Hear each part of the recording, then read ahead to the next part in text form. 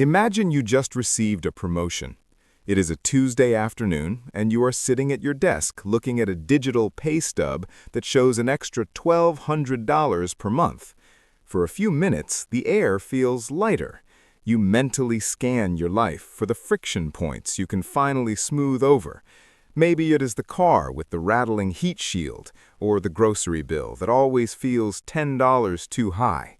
You walk to your car, and suddenly the interior feels a bit more cramped than it did this morning.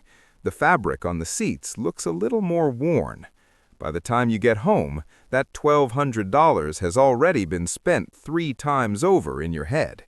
You haven't bought anything yet, but the mental baseline of what you deserve has shifted. This is the quiet, invisible gravity of lifestyle creep. It is not a sudden explosion of vanity. It is a slow, professional anesthesia that numbs your ability to see wealth as anything other than a monthly payment. Hi, I'm Arlo. I specialize in the mechanics of wealth and the psychology of high-performance finance. If you find this analytical approach to money helpful, please consider liking the video and subscribing to the channel. Let's start with why your brain is actively working against your net worth the moment your income rises. The fundamental trap is that we view money as a tool for comfort rather than a tool for autonomy. When your income is $50,000, a $100 dinner is a rare event. When your income hits $200,000, that same dinner becomes a Tuesday night convenience. You tell yourself it's about saving time. You tell yourself you've worked hard. But what is actually happening is a narrowing of your future options. The wealthy, those who actually keep and multiply their capital, treat their lifestyle like a regulated utility. They do not let the pressure of the pipe dictate the size of the house. They understand that every dollar spent on a depreciating upgrade is a dollar that has been fired from its job of earning more dollars. Think about this for a second. Most people do not fail at building wealth because they don't earn enough. They fail because they have a one-to-one correlation between their earnings and their burn rate. If the gap between what you make and what you spend remains constant, you're not getting richer. You're just managing a larger set of liabilities. We're not even talking about the person buying a Ferrari on a whim. We're talking about the person who moves from a $15 haircut to a $60 haircut. We're talking about the transition from the generic brand to the premium label. Individually, these are insignificant. Collectively, they form a ceiling that stays exactly 3 inches above your head, no matter how tall you grow. Let's look at the friction model of spending. In the beginning, your life has a lot of friction. You cook at home because you have to. You drive an older car because it's what you can afford. As you earn more, you use money to buy anesthesia for that friction. You pay for delivery apps, premium subscriptions, and better upholstery. Eventually, you reach a state of zero friction. Everything is seamless, but friction is what keeps you alert. When you remove all the resistance from your life, you lose the ability to feel the outflow of your capital. The rich avoid this by intentionally keeping strategic friction in their lives. They might earn 7 figures, but they still check the line items on a utility bill. They aren't being cheap, they are maintaining their immunity to the numbness of high-earning consumption.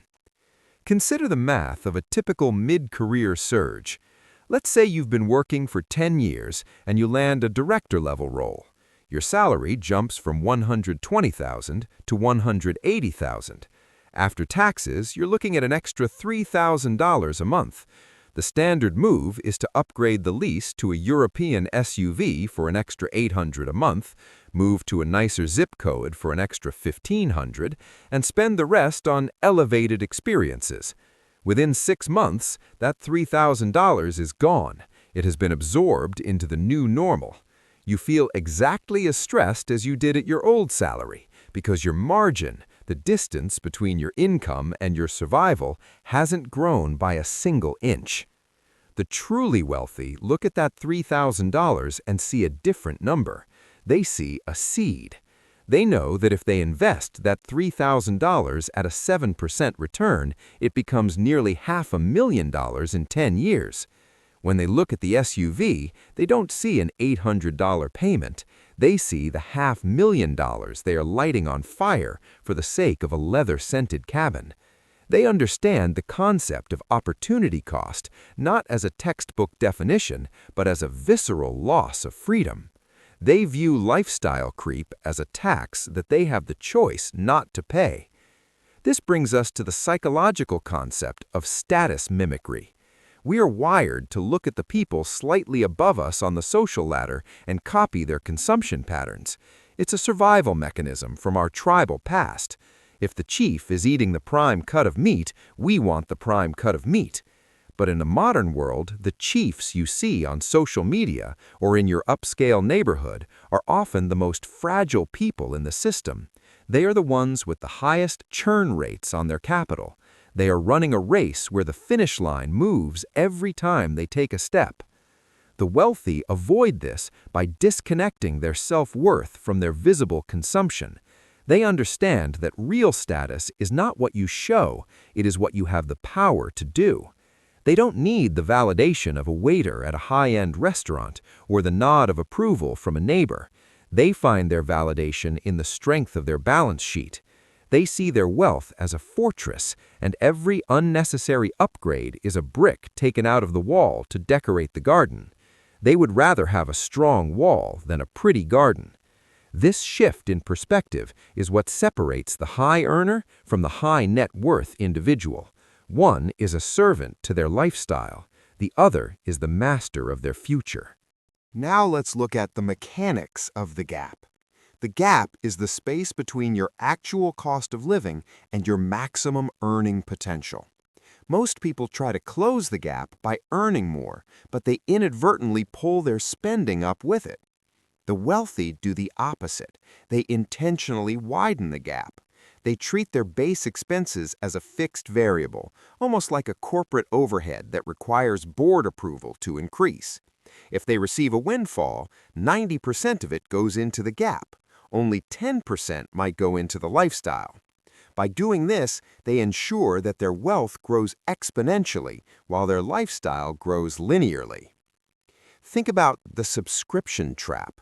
It's not just Netflix or Spotify. It is the subscription to a certain level of car, a certain level of housing, and a certain level of social circle. These are recurring costs that require you to keep working at a high intensity just to stay level. If you lose your job, your subscriptions don't care. They still demand payment. The wealthy minimize these fixed recurring costs. They prefer to buy things outright or keep their overhead so low that even a significant drop in income wouldn't force a change in how they live. They aren't trapped by their own success because they haven't built a cage out of their upgrades. We also have to discuss the identity anchor. When you start making more money, you start identifying as a person who drives a luxury car or a person who shops at high-end boutiques. Once that identity is anchored, it is incredibly painful to let it go. It feels like a demotion. It feels like failure. The rich avoid this by never anchoring their identity to their spending in the first place. They might drive a 10-year-old car, not because they can't afford a new one, but because they don't want their ego to be dependent on the badge on the hood. They understand that the moment you need a physical object to prove your success, you have already lost your edge.